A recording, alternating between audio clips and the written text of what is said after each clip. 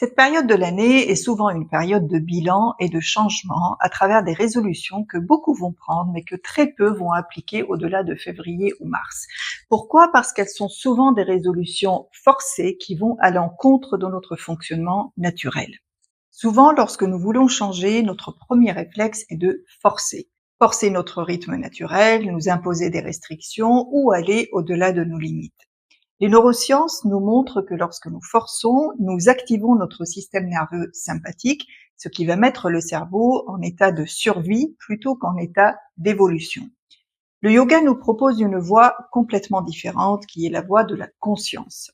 Un changement durable vient de la conscience, ne vient pas de la force, il vient de la régularité, non pas de l'intensité, et il vient de l'acceptation, non pas du rejet de ce que nous sommes ou de ce qui est. Prenons un exemple qui concerne l'alimentation. Souvent, on s'impose des régimes stricts, on s'interdit des aliments, et lorsqu'on fait des écarts, on se culpabilise. Ce fonctionnement va maintenir notre cerveau dans un état de stress chronique et va activer des circuits de récompense et de manque, ce qui va créer souvent des comportements compensatoires.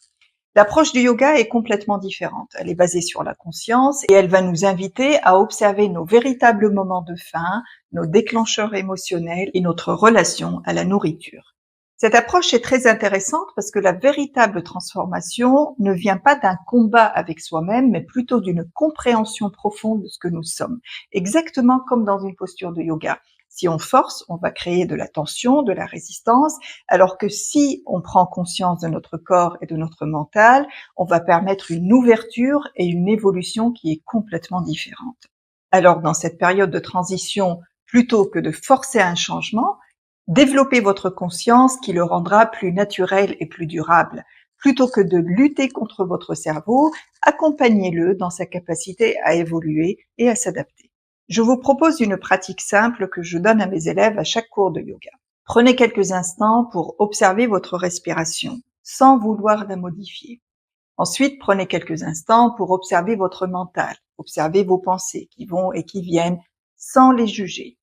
Et ensuite, prenez quelques instants pour accueillir les sensations de votre corps, sans vouloir les analyser.